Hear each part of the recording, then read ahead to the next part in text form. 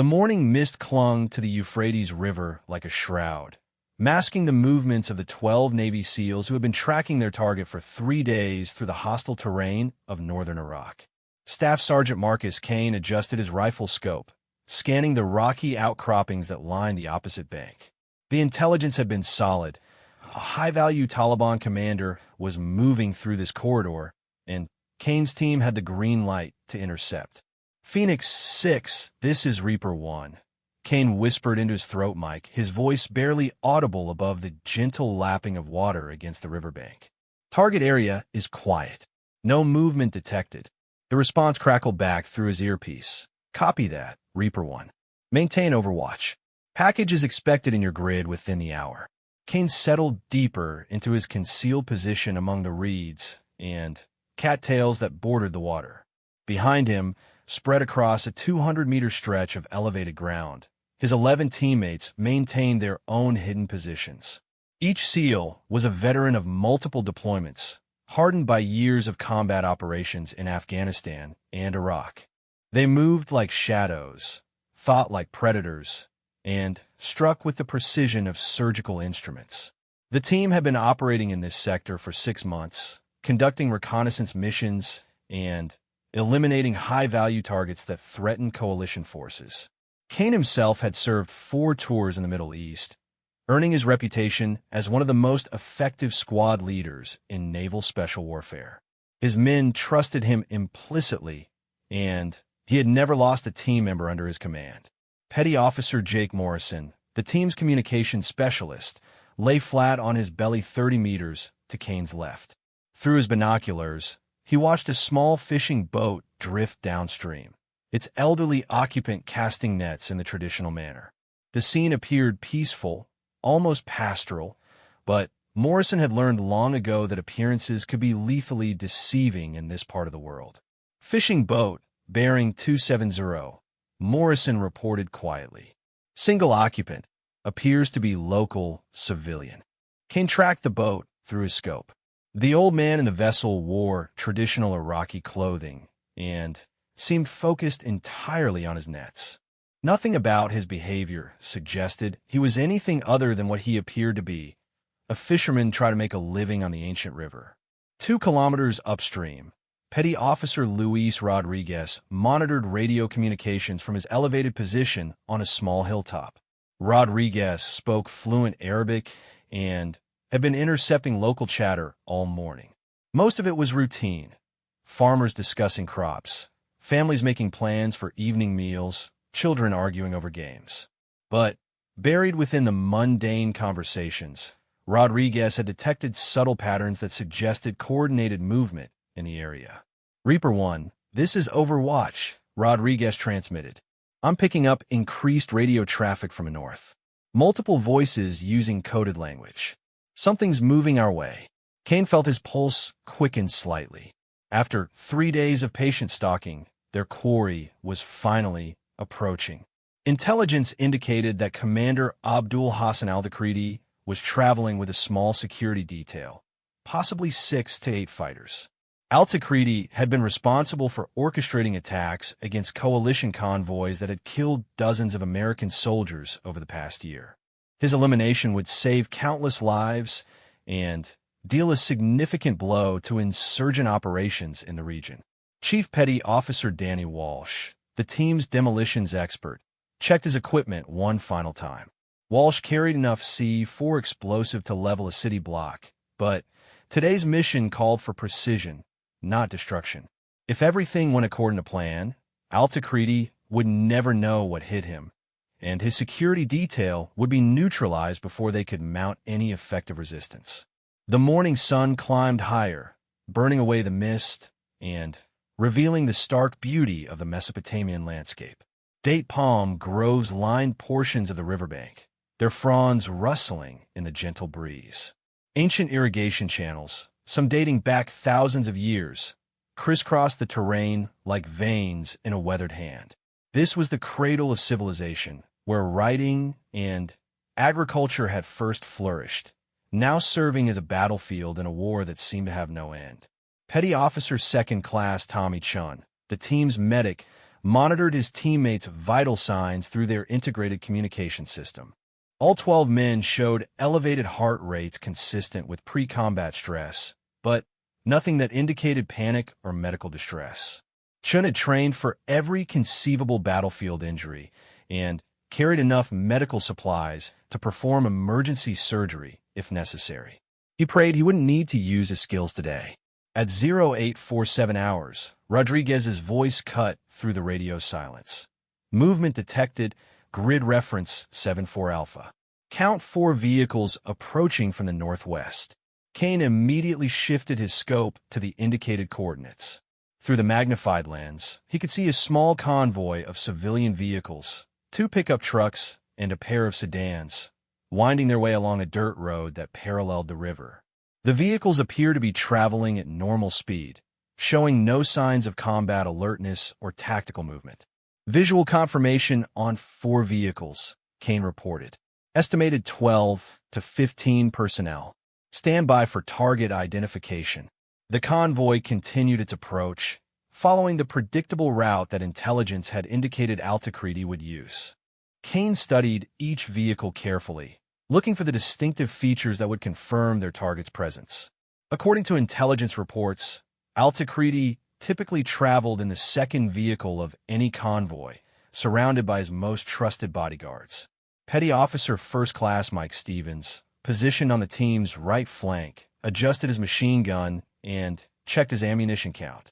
Stevens carried an M249 squad automatic weapon capable of laying down devastating suppressive fire if the situation deteriorated into a firefight. His position provided overlapping fields of fire with his teammates, creating a killing zone that no enemy force could survive if they chose to fight. The fishing boat continued its slow drift downstream, the elderly occupant seemingly oblivious to the military drama unfolding around him. Kane made a mental note to ensure the civilian remained unharmed during the operation. Rules of engagement were clear: no unnecessary casualties, no collateral damage that could be avoided. At 0852 hours, the convoy reached the predetermined kill zone. Kane studied the vehicles through his scope, focusing on the second sedan. The windows were tinted, making it difficult to identify individual occupants, but the vehicle's position in the formation matched intelligence predictions perfectly. Possible target in Vehicle 2, Kane reported.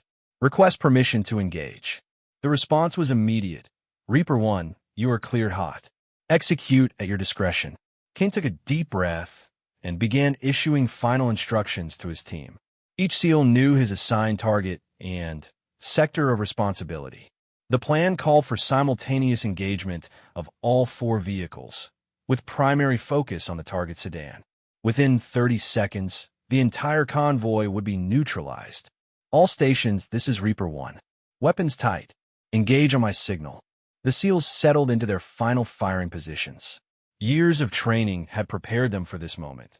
The careful stalk, the patient wait, the precise execution that would eliminate a dangerous enemy and save American lives. Kane centered his crosshairs on the driver of the target vehicle and began applying pressure to his trigger. The convoy slowed as it approached a narrow section of road that ran between the river and a steep embankment. This was the optimal engagement point. The vehicles would be channeled into a confined space with limited escape routes. Kane's finger tightened on the trigger as he prepared to give the signal that would initiate the ambush. Suddenly, Rodriguez's voice exploded through the radio network. Wait! Multiple heat signatures emerging from concealment. We're walking into an ambush. Kane's blood turned to ice as he realized the horrifying truth. They weren't the hunters, they were the prey. The convoy was bait, and his team had been lured into a carefully prepared killing zone.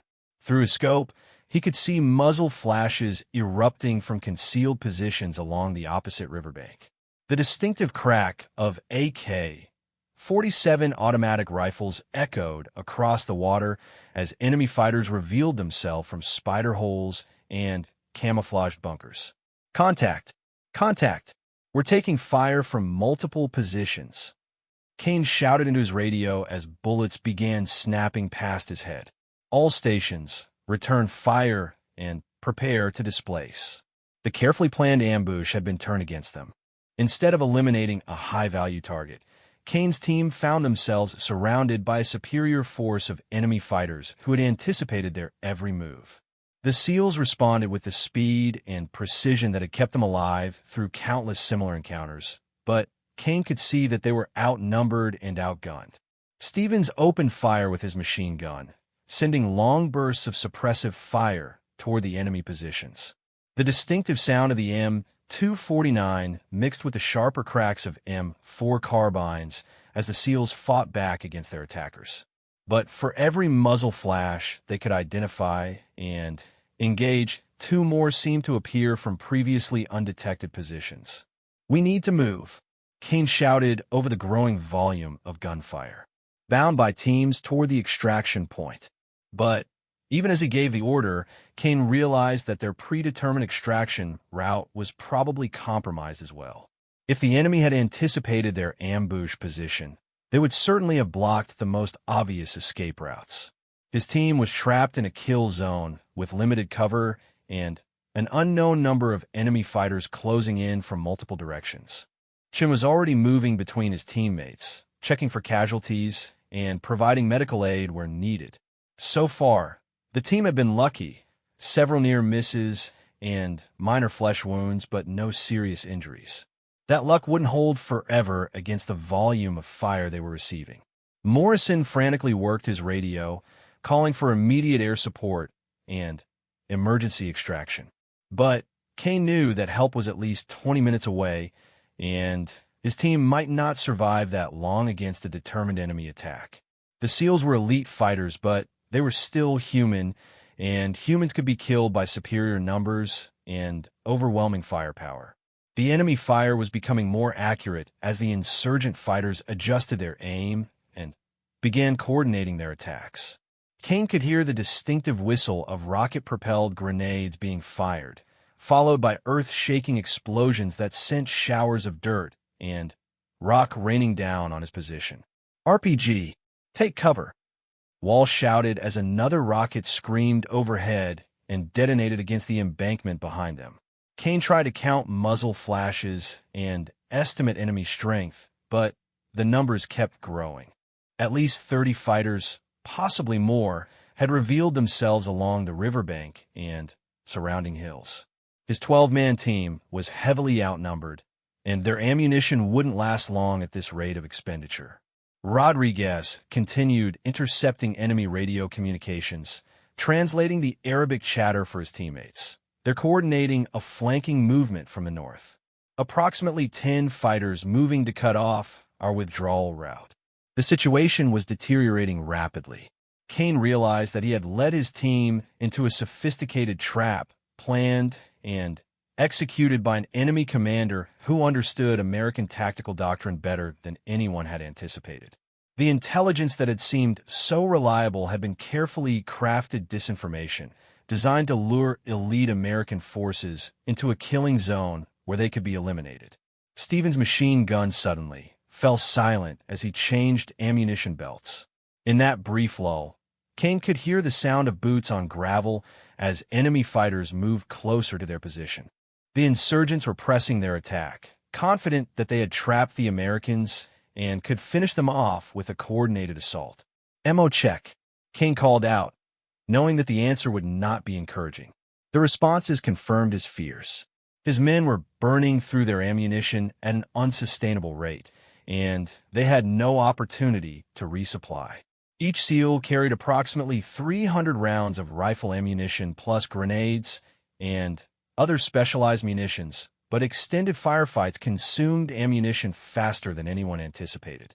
Chun crawled over to Kane's position, keeping his head low as bullets continued snapping overhead.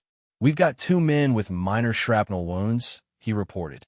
"Nothing serious yet, but we can't stay here much longer." Kane nodded grimly, his mind racing through possible options. Every escape route seemed blocked, ammunition was running low, and the enemy continued to press their attack from multiple directions. For the first time in his military career, Kane faced the possibility that his entire team might be killed in action. The sound of gunfire intensified as the enemy fighters grew bolder, moving closer to the SEAL positions and firing from shorter ranges. Kane could see individual faces now. Young men with the lean, hungry look of experienced guerrilla fighters who had spent years fighting against coalition forces. "It's over," Morrison muttered into his radio microphone, thinking his transmission was on a private channel. The words sent a chill through Kane's spine. In all their years of combat operations, none of his men had ever expressed such despair. The SEALs were trained to fight against overwhelming odds, to never surrender, to complete their missions regardless of cost. But even elite warriors had their breaking point, and Kane could see that his team was approaching theirs. Walsh detonated a claymore mine that he had positioned earlier, sending a devastating blast of steel balls toward a group of advancing insurgents. The explosion temporarily silenced one sector of enemy fire, but Kane knew it was only a momentary reprieve. The enemy had too many fighters and too much ammunition for his small team to hold them off indefinitely. The elderly fisherman's boat had disappeared downstream, the civilian wisely fleeing the area when the shooting started. Kane envied the old man's ability to simply leave the battlefield behind. For the SEALs, there was no such option. They would fight until their ammunition ran out, then fight with knives and bare hands until they were overwhelmed. Rodriguez suddenly grabbed Kane's arm, his eyes wide with excitement. "Boss, I'm picking up American radio traffic. Someone's out there." Kane felt a spark of hope flicker in his chest. Reinforcements might be closer than he had dared to hope. But even as the thought formed, he heard the sound of more enemy fighters moving through the palm groves on their left flank. The insurgents were closing in from all sides, and time was running out. The morning sun climbed higher into the Iraqi sky, its light reflecting off the muddy waters of the ancient river.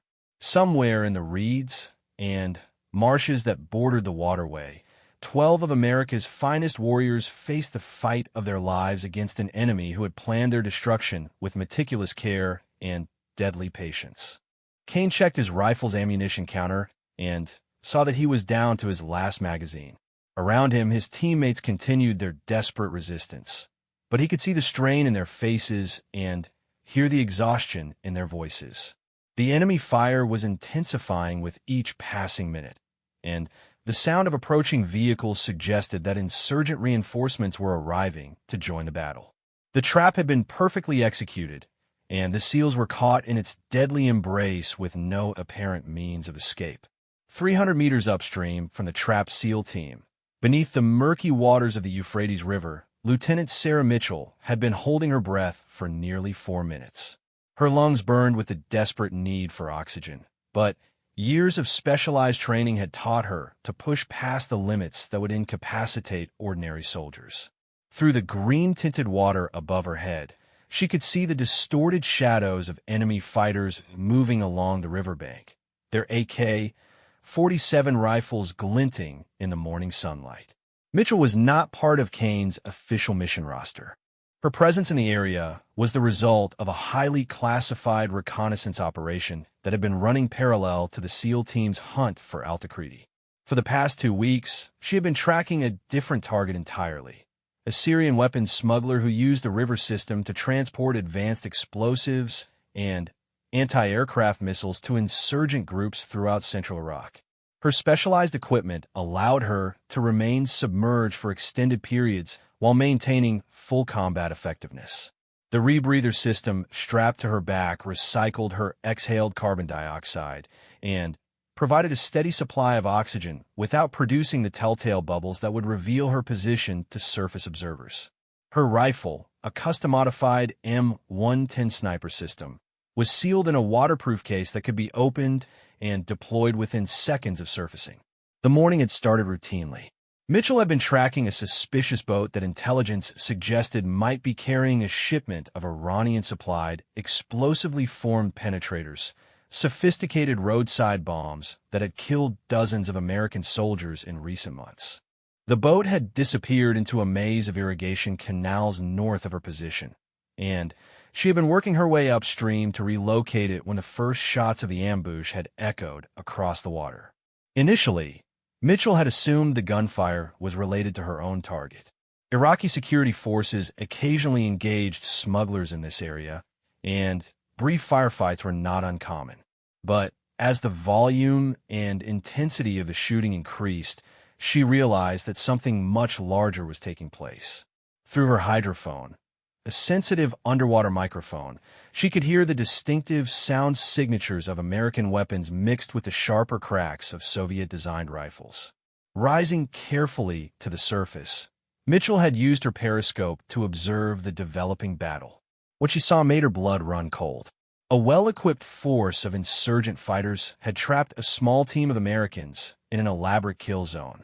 The enemy fighters were positioned in prepared bunkers and spider holes that had obviously been excavated weeks or months in advance. This was not a chance encounter. It was a carefully planned execution. Mitchell's mission parameters did not include providing support to other American units unless specifically requested through proper channels. Her operation was so highly classified that even senior military commanders were not aware of her presence in the area. But as she watched the one-sided battle developing above her, she faced a decision that would define her both as a soldier and as a human being. The enemy had deployed at least 40 fighters in a coordinated ambush that covered nearly a square kilometer of terrain. Their positions were expertly camouflaged and mutually supporting, creating overlapping fields of fire that made movement impossible for the trapped Americans. Mitchell could see additional insurgent forces moving through the palm groves to complete the encirclement. Through her waterproof radio, Mitchell monitored the frantic communications from the surrounded SEAL team. Their ammunition was running low, casualties were mounting, and air support was still 15 minutes away. Even when help arrived, the enemy positions were so well concealed that close air support would be extremely difficult without risking friendly fire incidents. The sound of approaching vehicles indicated that insurgent reinforcements were joining the battle. Through her periscope, Mitchell could see pickup trucks loaded with additional fighters and heavy weapons. The enemy commander was clearly determined to ensure that none of the Americans survived to report on the ambush tactics being employed. Mitchell made her decision with the cold calculation of a professional killer. Abandoning her primary mission, she began moving through the river toward a position that would allow her to engage the enemy forces from an unexpected direction. Her movement underwater was silent and invisible, giving her the element of surprise that the trapped SEALs desperately needed. The current carried her downstream faster than she had anticipated, requiring constant course corrections to maintain her desired approach route. The riverbed was littered with debris from decades of warfare, rusted vehicle parts, unexploded ordnance, and the skeletal remains of boats destroyed in earlier conflicts. Mitchell navigated through this underwater graveyard with the fluid grace of someone who had spent countless hours training in similar environments. As she moved closer to the battle zone, the sound of gunfire grew louder even through the water. The hydrophone picked up the vibrations of explosions as rocket-propelled grenades detonated among the American positions. Each blast represented another step toward the complete annihilation of the SEAL team, unless something changed the tactical equation dramatically. Mitchell reached her chosen firing position, a submerged concrete piling from an ancient bridge that provided both concealment and a stable shooting platform. The structure had probably been built during the Ottoman Empire and had witnessed centuries of warfare along this strategic river crossing. Now it would serve as the foundation for a modern sniper's deadly work. Removing her rifle from its waterproof case required precise movements to avoid creating any surface disturbance that might alert enemy observers. The weapon emerged piece by piece: barrel, action, scope, and bipod legs, each component fitted together with the automatic precision of countless practice sessions. Within 90 seconds, Mitchell had assembled a fully functional sniper system capable of engaging targets at ranges exceeding 800 meters. Her first target was obvious: an insurgent machine gun team that had established a position on the riverbank directly opposite the trapped Americans.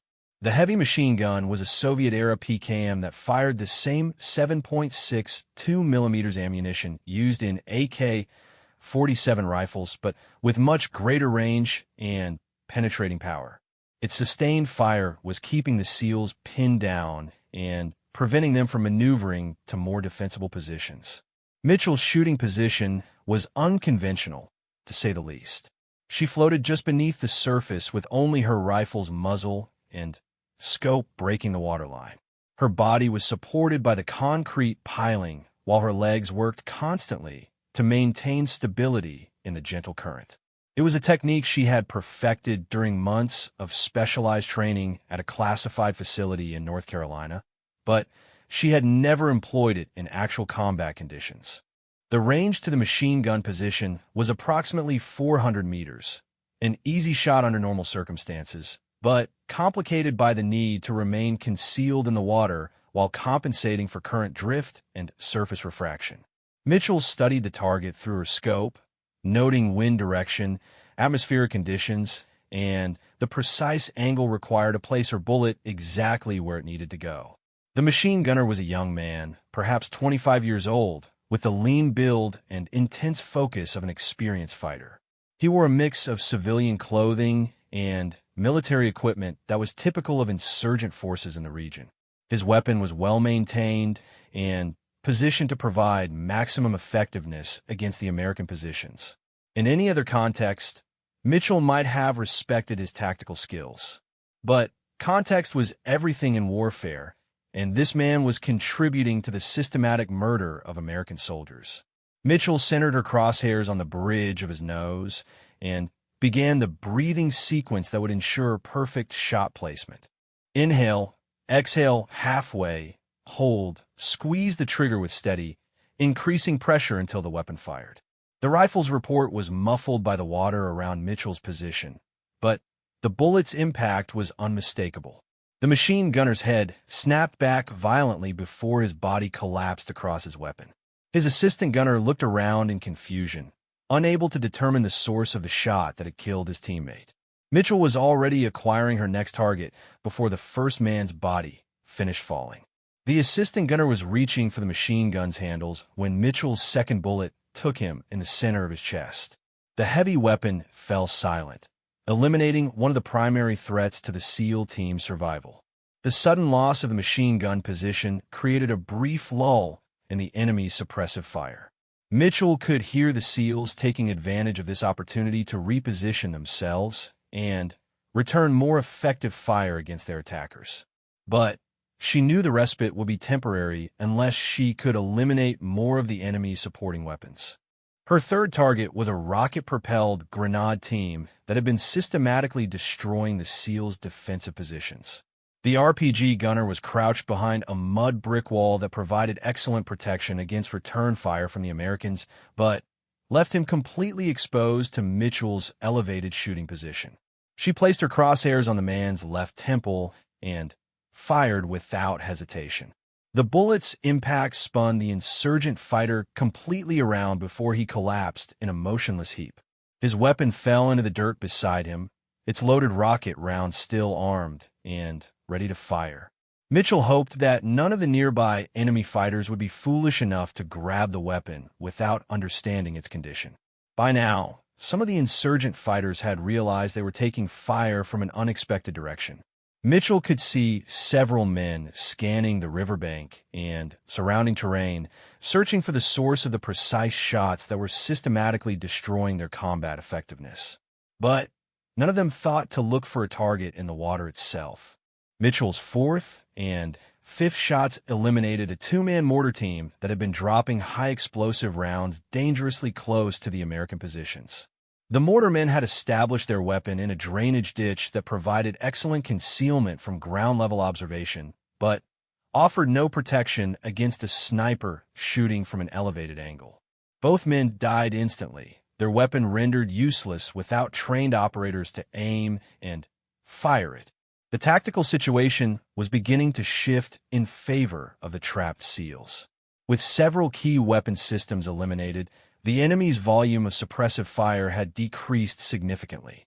Mitchell could hear the Americans beginning to fight back more aggressively, their voices carrying new confidence and determination across the battlefield. But the enemy commander was no fool. Mitchell watched through her scope as insurgent fighters began moving to new positions, trying to locate and eliminate the sniper who was systematically destroying their ambush. Several fighters were spreading out along the riverbank, their eyes scanning every possible hiding place for signs of the elusive marksman. One insurgent fighter came dangerously close to discovering Mitchell's position. The man was moving methodically along the water's edge, his rifle ready as he searched for any sign of disturbance that might indicate a concealed enemy. He paused directly above Mitchell's hiding place, his eyes scanning the murky water just meters from where she floated in perfect stillness. For several heart-stopping seconds, Mitchell remained completely motionless while the insurgent fighter studied the water around her position. Her lung capacity and breath control techniques were being tested to their absolute limits as she waited for the man to move on or discover her presence. Discovery would mean instant death. The fighter would simply spray the water with automatic fire until he hit his target. The insurgent finally moved on, apparently convinced that the area was clear of threats. Mitchell slowly released the breath she had been holding and resumed her systematic elimination of enemy positions. Her next target was a sniper who had established himself in the upper floor of a ruined building overlooking the battlefield. The enemy marksman was armed with a Dragunov rifle and had been placing accurate shots uncomfortably close to several SEALs. The range to the building was nearly 600 meters, a challenging shot under any circumstances, made more difficult by the need to remain concealed in the water. Mitchell studied the target through her scope, calculating wind drift and bullet drop while compensating for the unusual shooting position. The enemy sniper was visible only as a shadow behind a broken window, but shadows could be killed just as effectively as fully exposed targets. Mitchell's bullet shattered the window frame and continued into the darkened room beyond. She saw a brief muzzle flash from inside the building as the enemy sniper's rifle discharged involuntarily. Then silence. Another threat eliminated, another small advantage gained for the American forces. The battle continued with relentless intensity. Mitchell had been in the water for over an hour, and her body was beginning to show signs of hypothermia despite the warm climate. Her hands were cramping from the cold, and her legs were growing tired from the constant effort required to maintain position in the current. But she continued her methodical work, eliminating enemy positions one careful shot at a time. The sound of helicopter rotors in the distance indicated that American air support was finally approaching the battlefield. But Mitchell knew that close air support would be extremely difficult given the proximity of friendly and enemy forces. The pilots would need precise target designation to avoid fratricide incidents, and that designation would have to come from ground controllers who could accurately identify enemy positions. Mitchell's unique vantage point gave her an almost godlike view of the entire battlefield. She could see enemy positions that were completely invisible from ground level, including several that posed immediate threats to the SEAL team. Using her tactical radio, she began transmitting target coordinates to the approaching aircraft, guiding them toward the most dangerous enemy positions while keeping them clear of friendly forces. Her communications were brief and professional, using standard military terminology that concealed her identity and location. To the pilots, she was simply another ground controller providing target information. They had no idea that their guidance was coming from a lone sniper floating in a river while engaging targets at long range.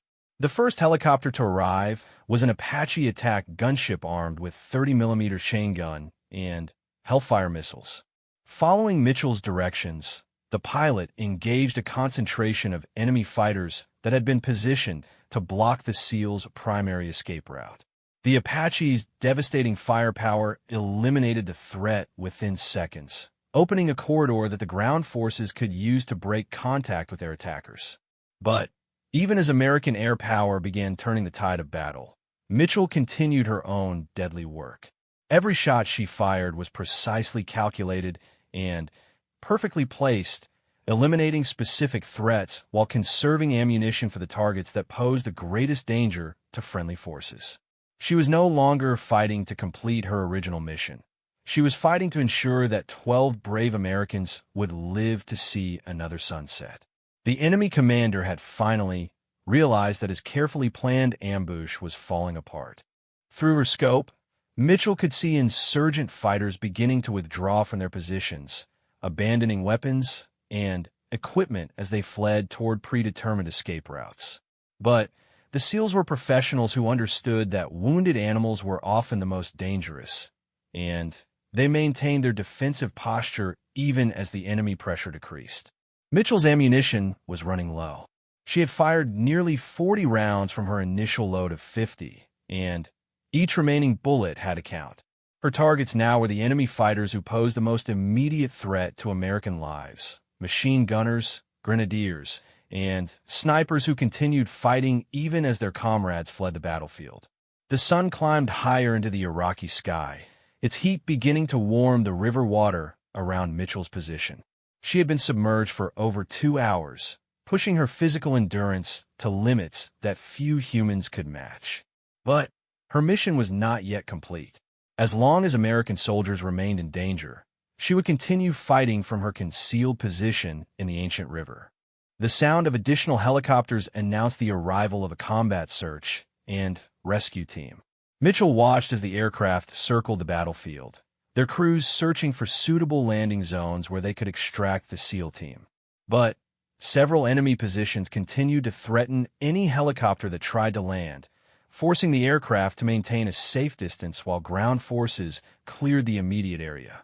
Mitchell identified 3 remaining enemy positions that posed direct threats to the extraction aircraft. 2 were machine gun teams that had maintained their discipline despite the chaos around them, while the third was a rocket-propelled grenade gunner who had taken cover in a concrete bunker left over from an earlier war. All 3 positions would have to be eliminated before the helicopters could safely approach. Her first shot silenced one machine gun team with a perfectly placed bullet that took out both gunner and assistant with a single round. The men had been crouched close together behind their weapon, and Mitchell shot past through the first man's head and continued into the second man's chest. It was a shot that would have been nearly impossible from ground level, but her elevated position in the water provided the perfect angle. The second machine gun team proved more challenging. The gunner was positioned behind a concrete barrier that provided excellent protection against direct fire, with only his hands and the top of his head visible to Mitchell's scope. She waited patiently for the man to expose more of himself, knowing that hasty shots would only waste precious ammunition. Her opportunity came when the gunner shifted position to engage a helicopter that had moved closer to the battlefield. For just a moment, his profile was visible through a gap in his cover. Mitchell's bullet found that narrow opening and eliminated another threat to American lives. The RPG gunner in the concrete bunker represented the most dangerous remaining threat. His position provided excellent protection and a clear field of fire toward any landing zone the helicopters might use. Mitchell studied the bunker through her scope, looking for any weakness that would allow her to place an effective shot. The bunker had been built decades earlier, probably during the Iran-Iraq War, and its thick concrete walls could stop any rifle bullet she could fire. But the structure had a single weakness: a narrow firing port that allowed the occupant to observe and engage targets while remaining protected.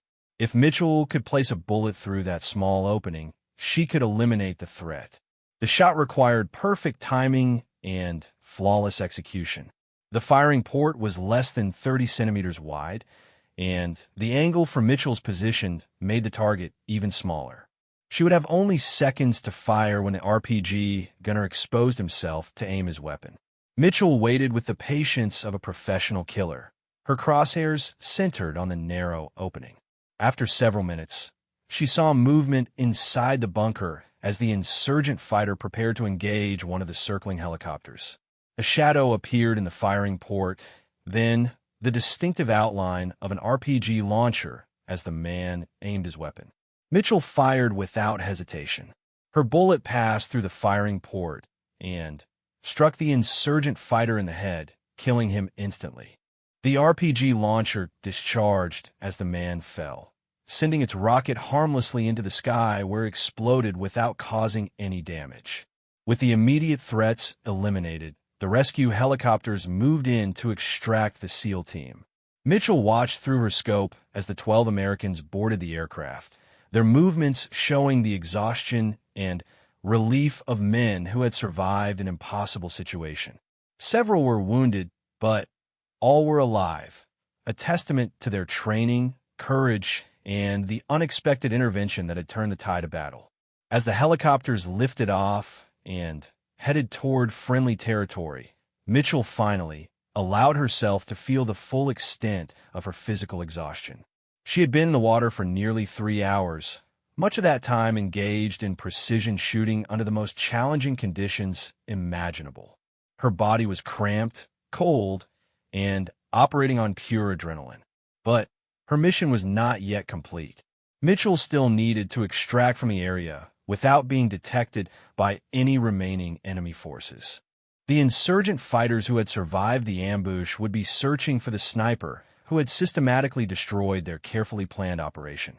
Discovery would mean capture, torture, and almost certain death. Mitchell began her underwater withdrawal, moving carefully downstream toward a predetermined extraction point where a special operations boat crew would be waiting to collect her. The river current assisted her movement, but she had to remain constantly alert for enemy patrols that might be watching the waterway.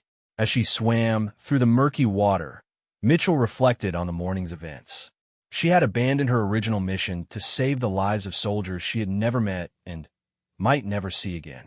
In the complex world of military operations, such decisions could have serious consequences for her career and future assignments. But as the sound of the rescue helicopters faded into the distance, carrying 12 American warriors to safety, Mitchell knew she had made the right choice. Sometimes the most important missions were the ones that were never officially authorized, never recorded in operational reports, and never acknowledged by higher authorities. The ancient Euphrates River continued its eternal flow toward the Persian Gulf, carrying with it the secrets of another day's warfare in the long struggle for control of Mesopotamia. Somewhere in its muddy depths, an American soldier swam towards safety, her presence unknown to friend and enemy alike, her actions destined to remain classified long after the war itself had ended.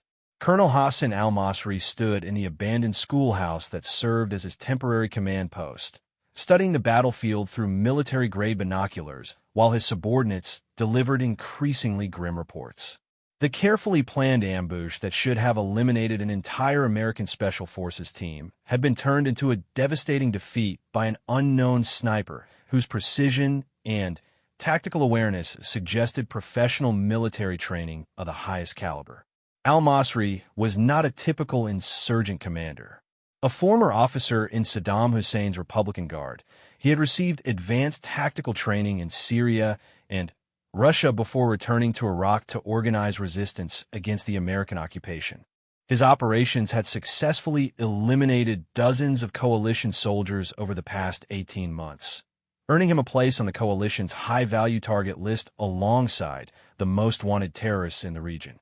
The ambush had been planned for 6 weeks, based on intelligence gathered by sympathizers within the local population who reported American patrol patterns and targeting priorities.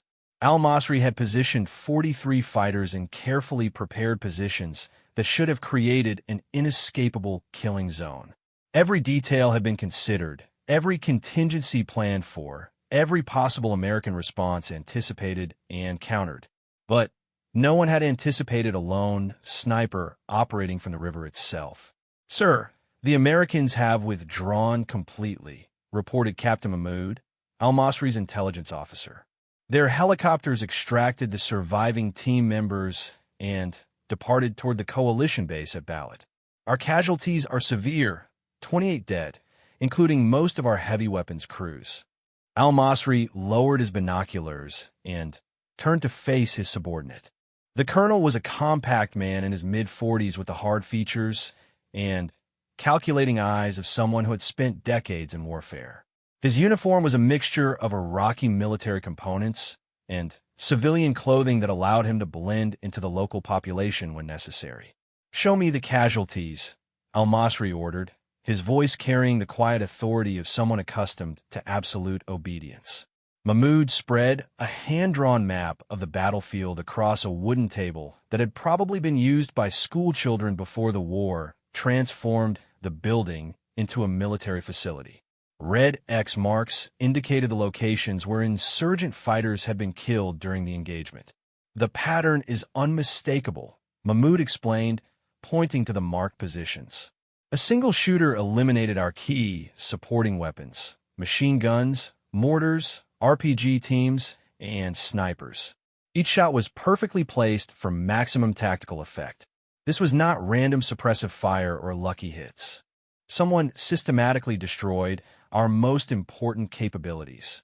Al-Masri studied the pattern of casualties with the analytical mind that had made him one of the most effective insurgent commanders in Iraq. The sniper had not simply shot at available targets. Each engagement had been carefully chosen to provide maximum benefit to the trapped American forces. Machine guns had been eliminated first to reduce suppressive fire, followed by indirect fire weapons. Then, the positions that posed the greatest threat to helicopter extraction. "Range estimates?" al-Masri asked. "Between 300 and 600 meters for most shots," Mahmoud replied. "Extreme accuracy under combat conditions." Several of our men reported hearing the shots, but could not determine the source direction. The sniper remained completely concealed throughout the engagement.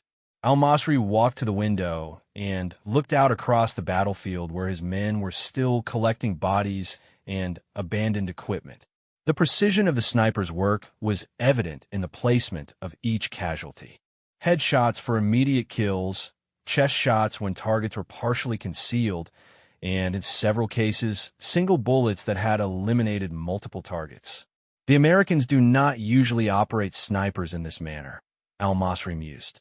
"Their doctrine calls for overwatch teams positioned on elevated terrain with clear fields of view. This shooter operated differently, concealed, mobile, and undetected until the engagement was over." Captain Mahmoud consulted his notes. "Several of our fighters reported searching the obvious sniper positions, building rooftops, elevated ground, concealed bunkers. They found nothing. It was as if the shots were coming from empty air." Al-Masri had encountered American snipers before, during his military service and subsequent insurgent operations. They were skilled and dangerous, but they operated according to predictable patterns that could be identified and countered. This shooter had demonstrated capabilities that exceeded anything in his experience. "Gather the survivors," al-Masri ordered. "I want to speak with every man who was engaged by this sniper. Someone must have seen something useful." Within an hour, 16 insurgent fighters had assembled in the schoolhouse courtyard. They were the survivors of a force that had been decimated by precision fire from an unknown source. Many showed signs of shock and exhaustion, their confidence shattered by an enemy they had never seen, but who had killed their comrades with clinical efficiency. Al-Masri questioned each man individually, seeking any detail that might provide insight into the sniper's identity and methods. The accounts were frustratingly consistent.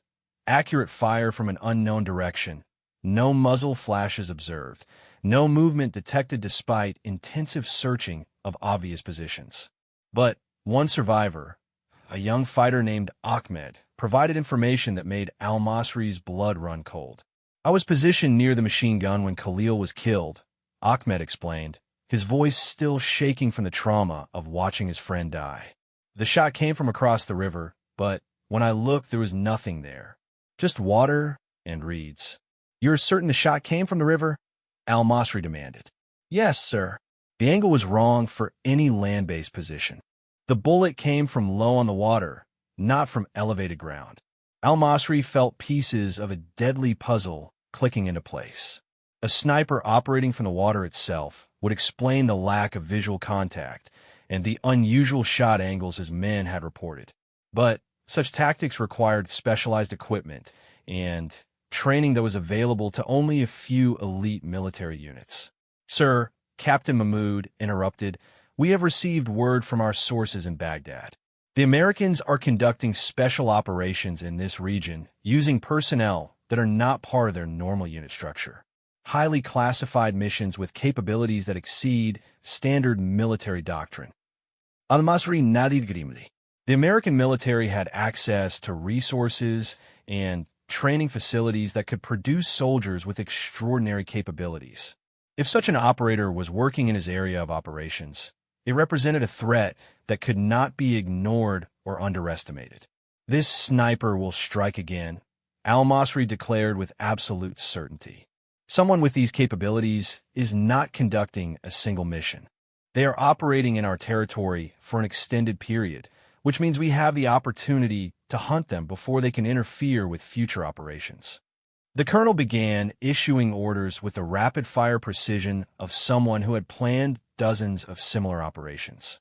Within hours, every insurgent cell in the region would be searching for signs of an American sniper operating from the river system.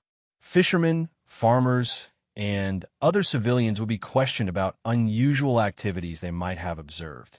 Reconnaissance teams would begin systematic patrols along the waterway, looking for any evidence of foreign presence. But Al-Masri knew that hunting such a skilled operator would require more than routine patrols and civilian informants. He would need to think like his prey, to understand how an elite sniper would move through hostile territory while remaining undetected. The American would need food, water, ammunition, and communication with friendly forces. Each of these requirements created vulnerabilities that could be exploited. "Contact our sources in the local population," Al-Masri ordered. "I want reports of any unusual activity along the river, boats that appear in unexpected locations, fishing activity at unusual times, any disturbances to normal patterns of civilian movement." Mahmoud was already writing notes as his commander spoke. The intelligence network that Al-Masri had built over the past 2 years included hundreds of civilians who provided information in exchange for money, protection, or ideological sympathy. Many were farmers and fishermen whose livelihoods depended on the river, giving them intimate knowledge of normal activities and the ability to detect anomalies.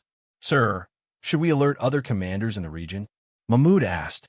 Al-Masri considered the question carefully. Sharing information about the sniper would certainly increase the chances of locating and eliminating the threat.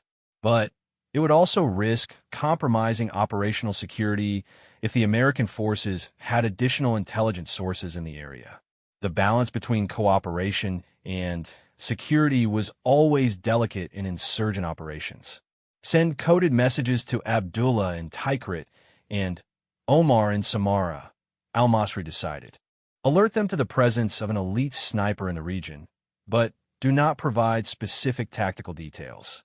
They should increase security for their own operations while watching for any unusual activity.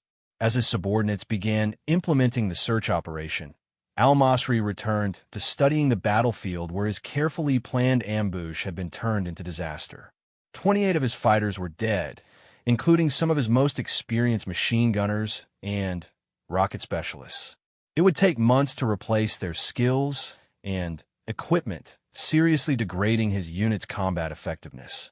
But beyond the immediate tactical defeat, the sniper represented a strategic threat that could undermine insurgent operations throughout the region. If the Americans had deployed operators capable of such precision and stealth, future ambushes and attacks would be far more dangerous to plan and execute. Al-Masri had survived 3 years of warfare by never underestimating his enemies and never allowing personal emotions to cloud his tactical judgment. The sniper had demonstrated capabilities that demanded respect and careful countermeasures. But every soldier, no matter how skilled, had limitations and vulnerabilities that could be exploited by a determined adversary. The afternoon sun was beginning its descent toward the western horizon when Al-Masri received the first useful intelligence about his elusive target. A fisherman from the village of Aldalia, 15 kilometers downstream, reported seeing unusual disturbances in the water near the old Roman bridge ruins. The man described patterns of movement that were inconsistent with normal river currents or fish activity. When did this occur?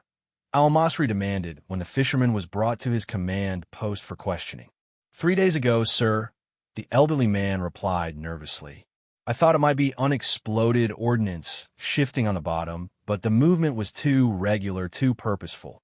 Al-Masri studied a map of the river system, noting the location the fisherman had described. The Roman bridge ruins were positioned at a strategic point where the river narrowed between high banks, creating an ideal observation post for someone monitoring traffic along the waterway. If the sniper had been operating from that location, it suggested a level of planning and preparation that extended far beyond the morning's ambush. Have you seen similar disturbances at other locations? Al-Masri asked. The fisherman hesitated, clearly frightened by the attention he was receiving from armed insurgents. Perhaps, sir. There have been unusual things in the water near the old irrigation intake, and also upstream from the date palm grove. Each location the man described was a strategic point along the river where an observer could monitor vehicle movement and identify potential targets. Al-Masri realized he was not just hunting a sniper. He was pursuing a professional intelligence operative who had been conducting systematic reconnaissance of insurgent activities in the region. Captain Mahmoud, Al-Masri called to his intelligence officer. Begin analysis of our operations over the past month. I want to know which of our activities could have been observed from the positions this fisherman has described. As Mahmoud began his work, Al-Masri continued questioning the civilian. The fisherman's information painted a picture of an operator who had been working in the area for weeks, possibly months, gathering intelligence while remaining completely undetected by insurgent security measures. The implications were sobering. If the American had observed insurgent operations for an extended period, coalition forces might have detailed knowledge of cell structures, weapons caches, and planned attacks throughout the region. The sniper's intervention in the morning's ambush might have been just one small part of a larger intelligence operation. But the fisherman's information also provided the first real opportunity to locate and eliminate the threat. If the sniper was operating from known positions along the river, those positions could be surrounded and searched. With enough men and systematic coverage, even a most skilled operator could be trapped and killed. Organize search teams, Al-Masri ordered. I want every position this fisherman has described examined for evidence of foreign presence. Look for equipment caches, communication sites, and observation posts. Deploy our best trackers and most experienced fighters. As his subordinates began organizing the hunt, Al-Masri felt the familiar surge of adrenaline that came with pursuing dangerous prey. The American sniper possessed extraordinary skills, but they were still human, still subject to the basic requirements of food, shelter, and security that governed all military operations. Find those requirements, and the operator could be eliminated. The sun continued its descent, casting long shadows across the battlefield where the day's drama had played out. Somewhere along the ancient river, an elite American soldier was moving through hostile territory, unaware that one of Iraq's most experienced commanders was mobilizing every available resource to ensure their capture or death. Al-Masri had learned long ago that warfare was ultimately about will and determination rather than technology or superior firepower. The sniper had demonstrated remarkable skill and tactical awareness, but Al-Masri commanded hundreds of fighters who knew the terrain intimately and were motivated by years of warfare against foreign occupiers. The hunt would begin at dawn, and it would not end until the American sniper was dead. Lieutenant Sarah Mitchell emerged from the river just after midnight, her body shivering uncontrollably despite the warm desert air. She had been in the water for nearly 8 hours, moving carefully downstream through a landscape that had become increasingly hostile with each passing mile. Through her night vision equipment, she could see patrol boats and armed men stationed at every major crossing point along the Euphrates, clear evidence that enemy forces were conducting a systematic search for her position. Her extraction point was still 12 kilometers downstream, but Mitchell was beginning to doubt whether she could reach it without being detected. The enemy response had been faster and more comprehensive than anything she had anticipated. Within hours of the morning's engagement, insurgent forces had mobilized what appeared to be hundreds of fighters in a coordinated manhunt that covered dozens of square kilometers. Mitchell pulled herself onto a small sandbar that was hidden from the main river channel by overhanging vegetation.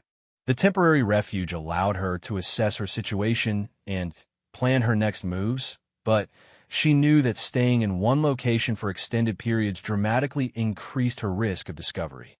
The enemy search teams were systematic and thorough, checking every potential hiding place along the waterway.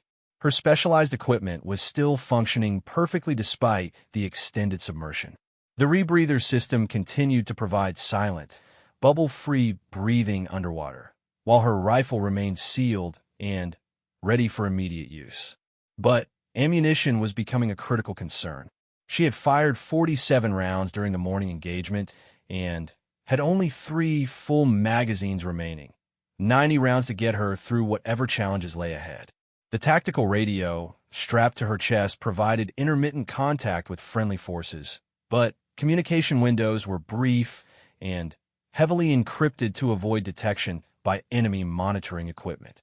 Her last contact with headquarters had confirmed that the SEAL team had been successfully evacuated with no fatalities, but extraction options for her own position were extremely limited due to the enemy's aggressive search operations. Through her night vision scope, Mitchell could observe enemy patrol patterns along both banks of the river.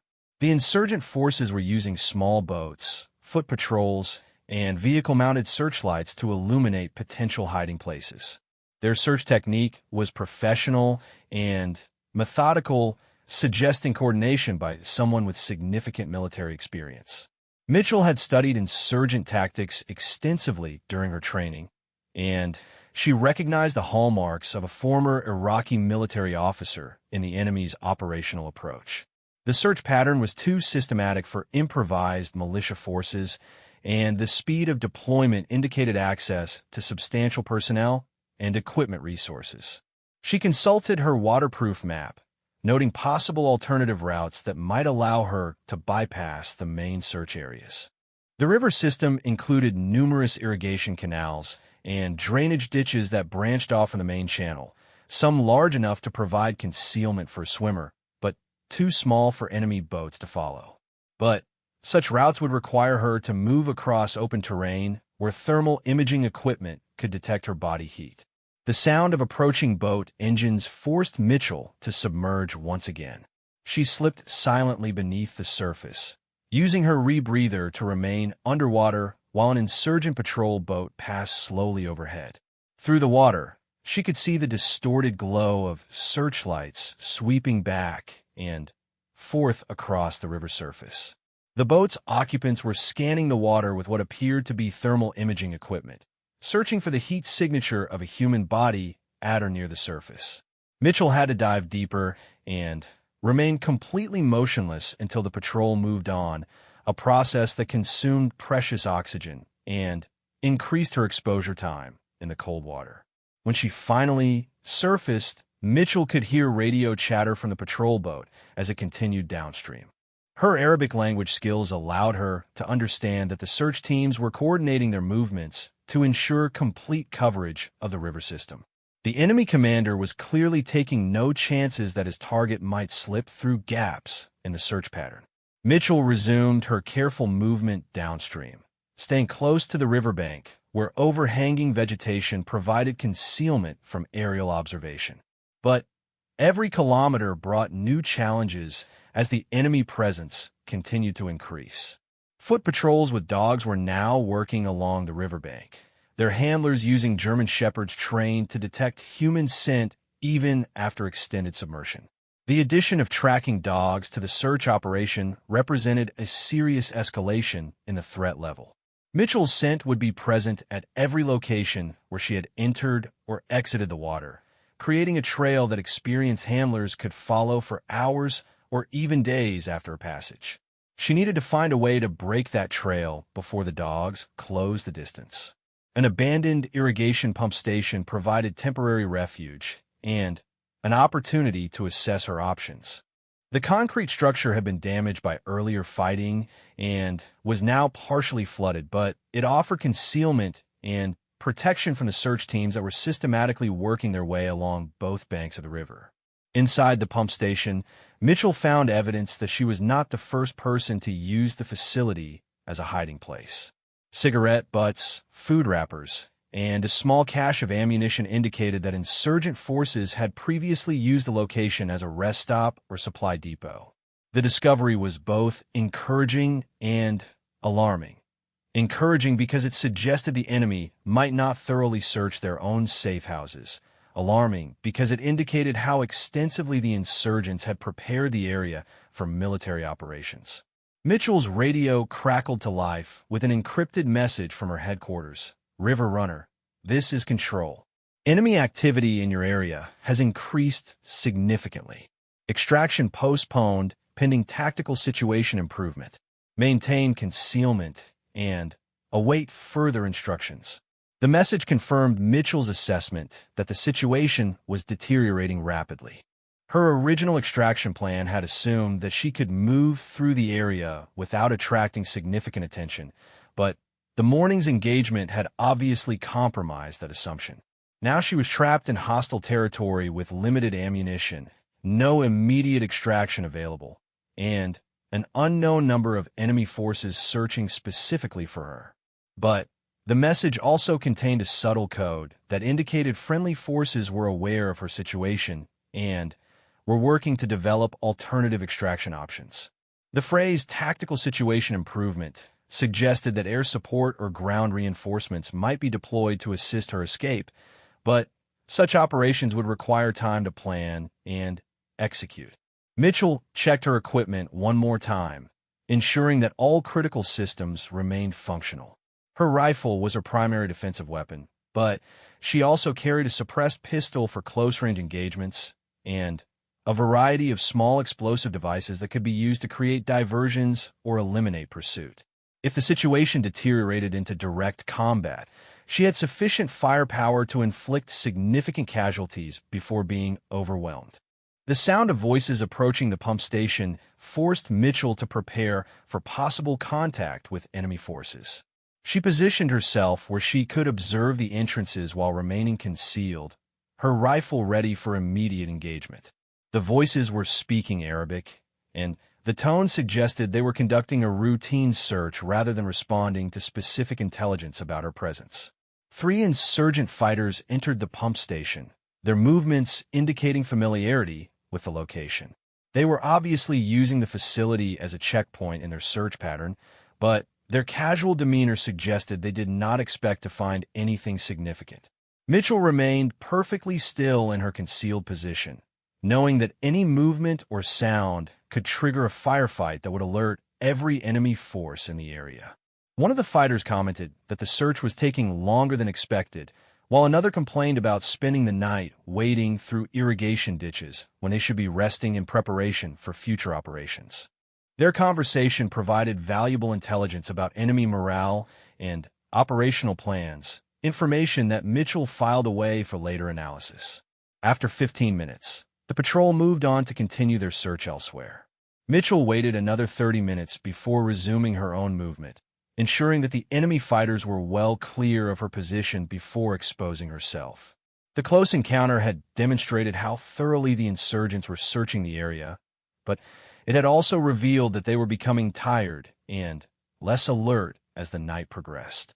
Mitchell resumed her downstream movement, but now she faced a new challenge.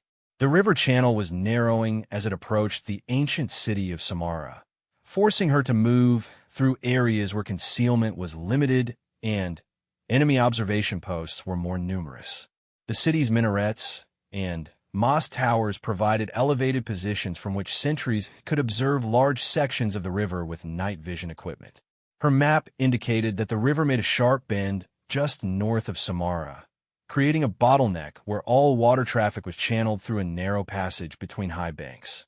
Intelligence reports had identified this area as a traditional smuggling route, which meant that insurgent forces would certainly have observation posts and patrol bases positioned to monitor movement through the choke point.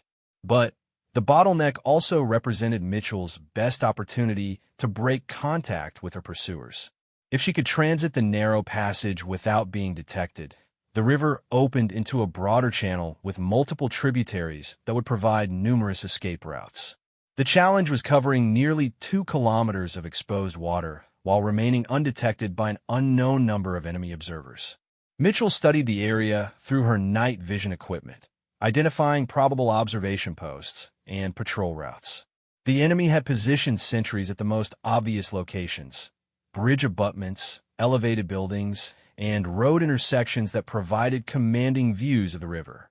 But their positioning also revealed gaps in coverage where a swimmer might pass undetected if they moved at the right time and followed the optimal route. The patrol schedule appeared to follow a predictable pattern, with boat patrols passing through the area at roughly 45-minute intervals. Between patrols, the only coverage was from static observation posts that had limited fields of view due to terrain features and vegetation. If Mitchell could time her movement to coincide with the gap between patrols, she might be able to transit the choke point without detection. She waited until she heard the distinctive sound of an outboard motor moving upstream, indicating that a patrol boat was heading away from her intended route. Then, she slipped back into the water and began the most dangerous part of her escape attempt. The current in the narrow channel was stronger than she had expected, requiring constant corrections to maintain her intended course while remaining silent and invisible. Halfway through the passage, Mitchell heard shouting from one of the observation posts. For a terrifying moment, she thought she had been detected, but the voices were discussing something unrelated to her presence. 2 sentries were arguing about duty schedules, their raised voices carrying clearly across the water in the still night air. The argument provided useful information about enemy positions and alertness levels. The sentries were obviously bored and tired after hours of fruitless searching, and their discipline was beginning to deteriorate. But Mitchell knew that fatigue could make guards either careless or trigger-happy, and she maintained her careful approach regardless of their apparent inattention. A spotlight suddenly blazed to life from one of the observation posts, sweeping slowly across the water in a search pattern that would intersect her position within seconds. Mitchell dove immediately, using her rebreather to remain underwater while the light passed overhead. The beam lingered for several seconds directly above her hiding place before moving on to examine other areas. When Mitchell finally surfaced, she had passed through the bottleneck and entered the broader section of river beyond Samara. The immediate danger was behind her, but she knew that enemy forces would continue searching for her throughout the night and into the following day. Her escape was far from guaranteed, and each hour brought new challenges and potential discovery. The extraction point was still 8 kilometers downstream, but Mitchell's confidence was growing. She had successfully evaded the most intensive part of the enemy search operation, and her specialized training was proving effective against conventional pursuit tactics. The insurgent forces were skilled and determined, but they were searching for an enemy whose capabilities exceeded their experience. As she resumed her careful movement through the dark water, Mitchell reflected on the morning's events that had led to her current predicament. Her intervention in the SEAL team's ambush had saved 12 American lives, but it had also compromised her primary mission and exposed her to dangers that could result in capture or death. In the cold calculus of military operations, such decisions always involve difficult trade-offs between mission objectives and immediate humanitarian concerns. But Mitchell felt no regret about her choice. The SEALs were fellow warriors who had been trapped through no fault of their own, and leaving them to die would have violated every principle she had sworn to uphold as an American soldier. Sometimes the most important battles were fought not for strategic objectives or political goals, but for the simple reason that other people's lives hung in the balance. The river continued its ancient flow toward the Persian Gulf, carrying Mitchell deeper into hostile territory, but also closer to safety. Somewhere ahead in the darkness, a special operations boat crew was waiting to extract her from the war zone and return her to the shadowy world of classified operations where her skills were most needed. But first, she had to survive the remaining hours before dawn, when the enemy search would intensify and her chances of detection would increase dramatically. The race between hunter and prey was far from over, and only one side would emerge victorious when the sun rose over the Iraqi desert. Dawn approached the Euphrates River with the subtlety of an artillery barrage, transforming Mitchell's advantage of darkness into a rapidly diminishing asset. The first pale light of morning revealed that her night's journey had brought her within 3 kilometers of the extraction point, but it also exposed the true scale of the enemy forces arrayed against her. From her concealed position among the reeds, she could count at least 50 insurgent fighters positioned along both banks of the river, their weapons trained on every possible escape route. Colonel Al-Masri had not merely organized a search operation. He had created an elaborate trap. The insurgent commander had correctly anticipated that any American operator in the area would attempt to reach a predetermined extraction point, and he had positioned his forces to intercept that movement. Mitchell realized with growing alarm that her escape route had been predicted and countered by an adversary who understood special operations tactics better than she had given him credit for. The extraction point itself was a small inlet surrounded by date palm groves, chosen because satellite imagery had shown it to be isolated and defensible. But now Mitchell could see machine gun positions commanding every approach to the water, sniper teams positioned in the palm trees, and patrol boats conducting continuous sweeps of the river channel. What had appeared to be a safe haven from above was actually a carefully prepared killing ground. Mitchell's radio remained silent, suggesting that friendly forces were also aware of the enemy presence around the extraction site. Any attempt to insert helicopters or boats into such a heavily defended area would result in catastrophic casualties and the probable loss of the extraction team. She was effectively trapped between enemy forces upstream and downstream, with no immediate prospect of rescue. Her ammunition situation had become critical. After the previous night's careful conservation, she had only 2 full magazines remaining, 60 rounds to fight her way through an unknown number of enemy positions. Every shot would have to count, and even perfect marksmanship would not be sufficient against the number she faced. But Mitchell had not survived months of deep reconnaissance operations by giving up when the situation appeared hopeless. Her training had included extensive preparation for exactly this type of scenario. Isolated behind enemy lines, outnumbered, and forced to rely on skill and determination rather than superior firepower. The key was to think like a guerrilla fighter rather than a conventional soldier, using stealth and surprise to even the odds. She began by conducting a detailed reconnaissance of the enemy positions, using her rifle scope to identify individual fighters and weapon systems. The insurgents had deployed with the precision of regular military forces, but they had also made subtle mistakes that revealed their lack of experience with counter-sniper operations. Many positions offered excellent fields of fire, but poor protection against flanking attacks, and the spacing between fighting positions created gaps that a skilled infiltrator might exploit. Most importantly, Mitchell noticed that the enemy forces were focused on preventing escape from the immediate area rather than conducting an aggressive search for her current position. Al-Masri was apparently confident that he had trapped his quarry and was content to wait for her to reveal herself through desperation or tactical mistakes. That confidence might prove to be his undoing. Mitchell's new plan required her to do exactly the opposite of what any rational person would attempt. Instead of trying to evade the enemy forces and reach the extraction point, she would move directly toward the heaviest concentration of insurgent fighters and eliminate key personnel before they realized they were under attack.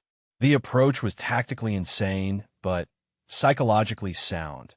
The last thing al-Masri would expect was for a lone operator to launch an offensive against superior numbers. The plan's success depended entirely on Mitchell's ability to remain undetected while moving through hostile territory in broad daylight. Her ghillie suit was designed for exactly this type of camouflage, using natural materials and disruptive patterns to break up her human silhouette when viewed against vegetation. But effective camouflage required perfect stillness and positioning, qualities that would be nearly impossible to maintain while moving between firing positions. Mitchell spent 20 minutes studying the terrain between her current position and the enemy command post that she had identified through careful observation of radio communications and personnel movement. The route would take her through a drainage ditch that paralleled the river, offering concealment, but requiring her to cross several open areas where detection was almost certain. At 0630 hours, she began her approach. Each movement was calculated and deliberate, timed to coincide with natural sounds that would mask any noise she might make. A flock of waterfowl provided cover for her transition between concealment positions, while the morning call to prayer from a nearby mosque masked the sounds of her movement through the drainage system. Her first target was a machine gun position that commanded the most direct approach to the extraction site. The crew consisted of 3 men, a gunner, assistant gunner, and ammunition bearer, positioned behind a low berm that provided excellent protection against conventional attack, but left them vulnerable to precision fire from an unexpected angle. Mitchell positioned herself 70 meters from a machine gun nest, well within the effective range of a rifle, but far enough away to avoid detection after the initial shots. Her firing position was a small depression that had been carved out by winter floods, offering just enough concealment to hide her muzzle blast while providing a stable shooting platform. The range was short enough that Mitchell could clearly see the faces of her targets through her rifle scope. The gunner was a middle-aged man with the weathered features of someone who had spent years in outdoor military service. His assistant was younger, perhaps 25, with the intense focus of someone who understood the importance of his role in a larger operation. In any other context, Mitchell might have found herself respecting their professionalism and dedication. But context was everything in warfare, and these men were part of a force that would kill her without hesitation if given the opportunity. Professional respect did not extend to personal mercy when lives hung in the balance. Mitchell's first shot took the gunner in the head, killing him instantly and eliminating the machine gun's primary operator. Her second shot, fired 3 seconds later, caught the assistant gunner as he reached for the weapon's controls. The third man, the ammunition bearer, looked around in confusion for several seconds before realizing that his position was under attack from an unknown direction. By the time the ammunition bearer began shouting warnings to nearby positions, Mitchell was already moving to her next firing location. Her shots had been suppressed by the weapon's integrated silencer, reducing the sound signature, but not eliminating it entirely. Experienced fighters would recognize the distinctive crack of supersonic bullets, but they would have difficulty determining the source direction without clear muzzle flashes or acoustic signatures. Her second target was a sniper team positioned in a date palm tree overlooking the extraction site. The elevated position provided the enemy marksman with an excellent field of view, but it also made him visible to counter sniper fire from multiple directions. Mitchell had identified the position during her initial reconnaissance and had planned her approach to provide optimal shooting angles. The enemy sniper was using a Dragunov rifle equipped with a standard military scope, effective weapons, but inferior to Mitchell's specialized equipment in terms of accuracy and target acquisition capability. More importantly, the insurgent marksman was scanning for targets at ground level and had not considered the possibility of being engaged by another sniper operating from an unexpected position. Mitchell's shot struck the enemy sniper in the chest, the impact causing him to fall from his elevated position and crash through the palm frond to the ground below.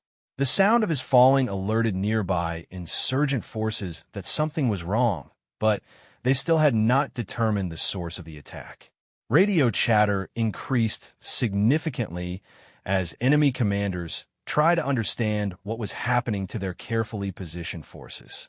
Mitchell could hear fragments of Arabic conversation that indicated confusion and growing concern among the insurgent leadership. Al-Masri had not anticipated that his quarry would launch a counterattack, and his forces were struggling to adapt to this unexpected development. But the insurgent commander was not a fool, and it would not take long for him to realize that a lone sniper was systematically eliminating his key defensive positions. Once that understanding dawned, the entire enemy force would shift from a passive containment posture to an active search and destroy mission that would greatly increase Mitchell's risk of discovery and elimination. Her third target was the most dangerous, Al-Masri himself. Through careful observation of enemy movement patterns and radio communications, Mitchell had identified a command post established in an abandoned farmhouse approximately 400 meters from her current position. The building was well protected and surrounded by security personnel, but it also represented the nerve center of the enemy operation.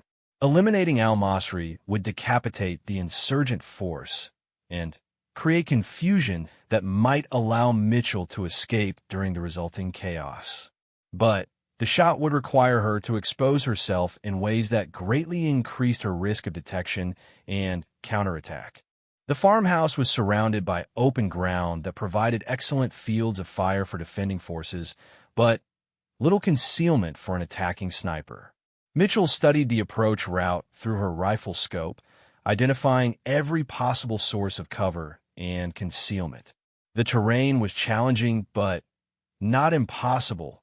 A series of irrigation ditches and abandoned farm equipment provided stepping stones that could get her to within 200 meters of the target building. The movement required 40 minutes of careful stalking, during which Mitchell had to cross 3 separate open areas where enemy observation could prove fatal. Each transition was timed to coincide with natural events. A passing truck that masked engine noise, a flock of goats that created movement and distraction, the morning prayers that temporarily reduced the alertness of religiously observant fighters. When she finally reached her planned firing position, Mitchell found herself with a clear view of the farmhouse and its surrounding defenses. Through her scope, she